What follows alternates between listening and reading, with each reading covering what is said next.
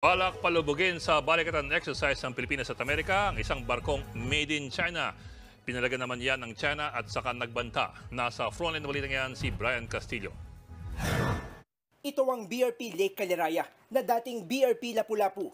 Made in China ang barkong yan at yan ang balak palubugin sa balikatan exercise ng Pilipinas at Amerika sa Lawag, Ilocos Norte. Pero wala pa man, tumaas na ang kilay ng China.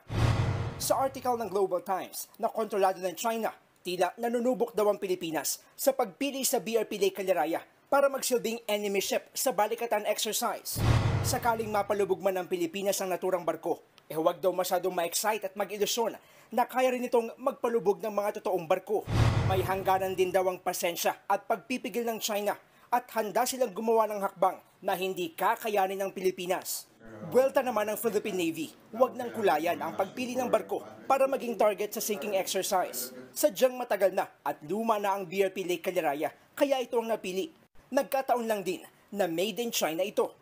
Ilang araw mula ngayon, sama-sama nang maglalayag sa West Philippine Sea ang mga barkong pandigma ng Pilipinas at Amerika. Sasama rin sa unang pagkakataon ang French Navy para sa multilateral maritime exercise.